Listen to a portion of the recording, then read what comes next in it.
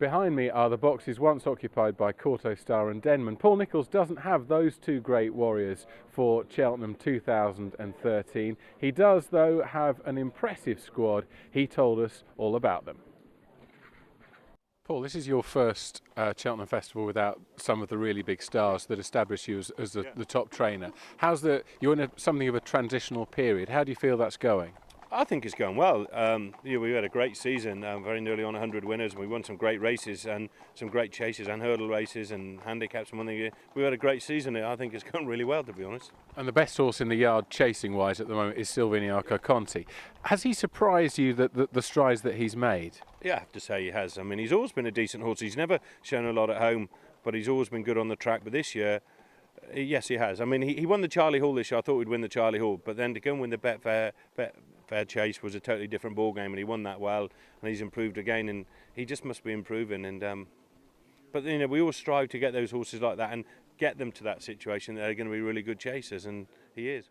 He's been around Cheltenham over hurdles. I mean, it's just, if we'd have thought we'd needed to go on there, we wouldn't have. There's been a race for him. That's the only reason but he's been around Ascot, Wetherby, Haydock, Newbury, over hurdles, everywhere else. You know, he's an experienced horse. He's fine. He's one of the favourites there now. He's just not flashy, and that's good. He's workmanlike horse. He keeps getting the job done, and we're dead happy with that. You've got Long Run, who's won the Gold Cup before and won 2 King Georges, so he's a smart chaser.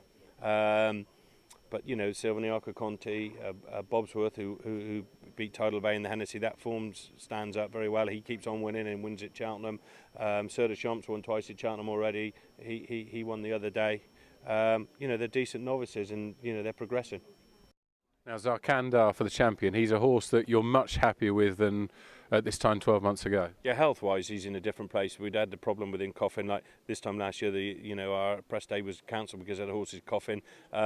He's won 3 from 3 over hurdles. We're going into the race in great shape. I think Hurricane Fly, Grand Away, Rock and Ruby and Zarkandar are the 4. I don't think there's a lot between them. But you never know in a champion hurdle. I just know our lad's in great shape. He's won 3 from 3. He's won twice at Cheltenham. Hasn't won on the champion hurdle course yet, but hopefully he'll put that right on the day. I'm sure there's nothing between them. I think they're, form-wise, Hurricane Fly keeps beating what he beats in Ireland. Our lads keep doing the same over here, and I might be wrong, but I don't think there's much between them. Realistically, Paul, Sanctuary looks up against it with Sprinter Sacre in the Queen Mother Champion Chase. They always say never be frightened of one horse, but I think in this case you need to be very frightened of him. He's been invincible. He was brilliant, and the twice he's run this year, he's got everything. He's a bit like Mastermind. He's speed, he stays, he gallops, and I think we all know we're playing for places at best in that race. And Sanctuary, he's done really well to win the races he has. We were living in the hope at the start of the season we might be a bit better than he actually was, but we've already sort of proved our level with him, and we just got to do the best we can in the situation we're in. Of the young horses coming through, Paul, few look more exciting than Far West. I know he is an exciting young horse. I was really thrilled with him. I mean, it's a bit of a joke of a race on the weekend in the fact that they went no gallop, but we knew that beforehand.